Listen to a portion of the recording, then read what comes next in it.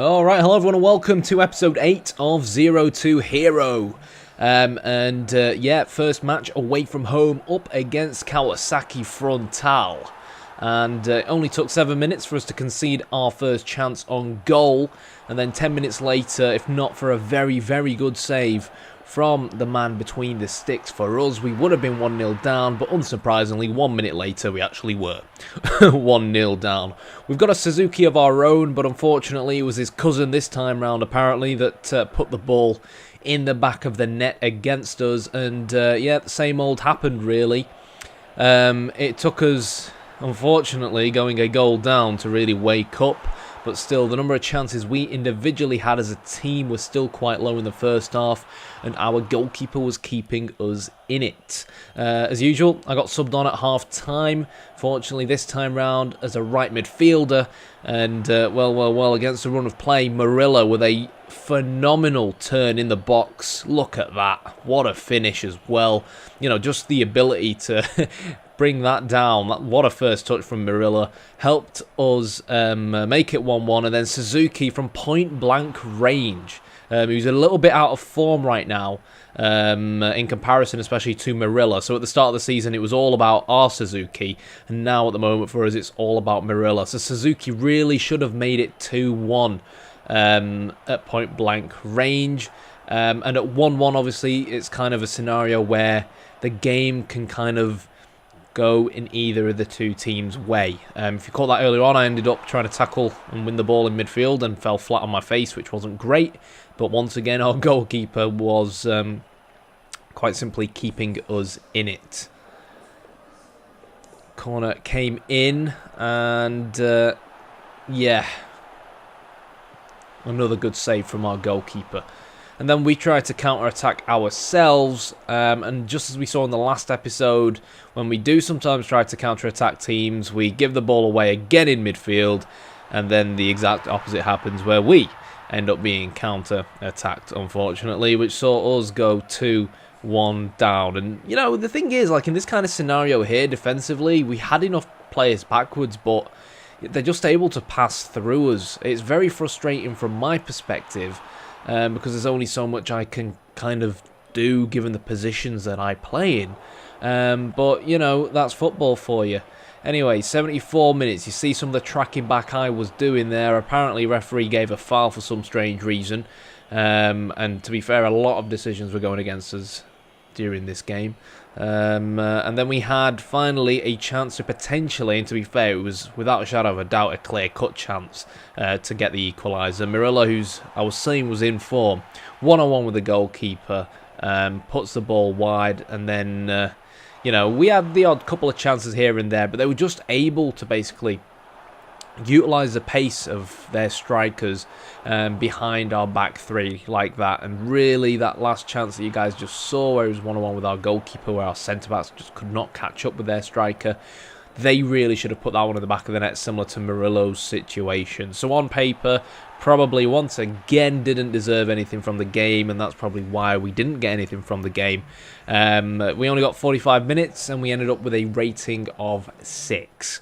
Next up was a home game against the Kashima Antlers, and it only took 3 minutes for us to quite simply be already under the cosh. There's the first opportunity for the Deers in red, and then just before the 10th minute mark, some shocking, some hideous defending from us saw us go 1-0 down. And the truth is, you know, that's not even a great goal from the opposition's point of view. It's just, you know, our centre-backs didn't really know what to do once that low cross came into the box. There were more than enough of them. And then talking about us getting counter-attacked in the past 2 games, yep, you guessed it, happened once again. That's one of the issues the 3 at the back kind of gives us with how high the defensive line play.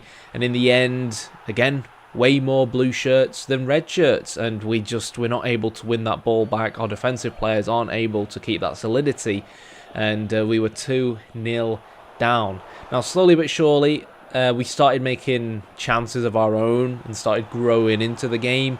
But the truth is, when you're 2-0 down, it makes you wonder, you know, what's the point? But you've got to keep huffing and puffing. You've got to keep trying to make it 2-1, because regardless of how poorly you played up until that point, if you can keep it at 2-1, you always stand a chance. And as you saw there, the Antlers hit the post, and they went and hit the post again after the half-time whistle and missed a semi-open net. Recently, in the past couple of games, we've really struggled to kind of make an impression off the bench, which is kind of disappointing. But, like I said earlier on, doesn't matter how poorly you play, if you can make it 2-1, then you're always in with a chance. And that's exactly what we did. Marilla, once again, good strength from him to hold off the defender and put the ball in the back of the net. And as you probably guessed, we were pushing players forwards. The opposition brought on a striker, and he lost our defence. And you can tell how much that goal meant to him. Leandro, been conceding to a lot of Brazilians recently. I didn't realise how many Brazilians actually played in the Japanese league. But yeah, 3-1 the score. We were pushing players forwards, and yeah, we were punished. And it really is starting to show, I think, in the last couple of episodes, why we are the weakest team in the game.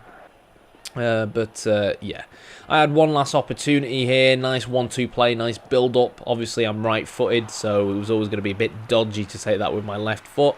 But we were being closed down, and instead of hitting the post, I kind of hit the post behind the goal, if that makes sense. There was no one really making a run forwards and beyond me, so it was kind of one of those scenarios where you might as well try your luck from distance. But unfortunately, my shot went wide, and even if it had gone in, I'm not quite sure how the Antlers missed there.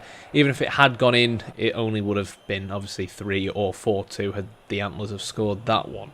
So 3-1 the final score, yet another loss for us. It sums it up when we got players on a rating of 4.0 and 3.5, but all we could really do was continue on to the next game. Another home game against the Consadole Sapporo, which to be honest kind of sounds more Italian or Spanish than it does Japanese, but what do I know, eh? To be honest, I'm not that good with languages.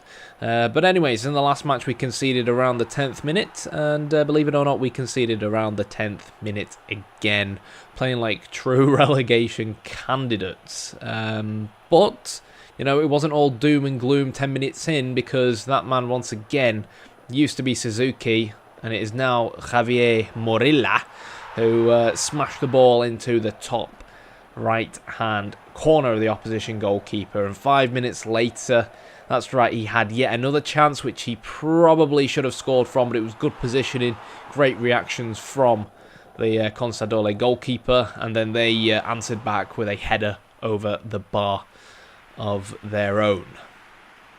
Unlucky that. And just before half-time, another ball into the box. Not exactly the most challenging of headers, but there was an offside in there somewhere. Second half came about, and Marilla scored. We weren't subbed on, but, who cares when we take a lead like that? And, it is, when you're a team who are kind of touted for relegation, you need to try and get as many points as you possibly can in your home game. So that's really the aim for us. Unlucky there from Suzuki, I think it was, trying to curl the ball around the goalkeeper. That was a phenomenal ball over the top to Marilla, I think it was. And we were so unlucky to hit the post in that kind of situation, because if you can just kind of take that 2-goal lead, it gives you a little bit of breathing space, especially when you consider how poor we are defensively. And talking about how poor we are defensively, that's right, guys, you know what's coming next. A little tap in, and there is the equaliser. And that is why, really, for us, every time we do take the lead, I'm kind of sat on the bench and I'm not getting too excited, because we just cannot defend to save our lives. We've scored quite a few goals since getting promoted from last season, but we're not able to keep them out the other end, and that is a real problem for us. But anyways, there was a chance that went begging. 4 minutes or so to go. We were through on goal, but unfortunately Murillo was going for his hat-trick, one-on-one with the goalkeeper, and he put it wide. And full-time score was obviously 2-2, yet another disappointing result. We came off the bench. We managed a rating of 6.0. As you can see, we're just above the relegation zone on goal difference. Our manager trust level has increased, and I'll see you guys in the next episode.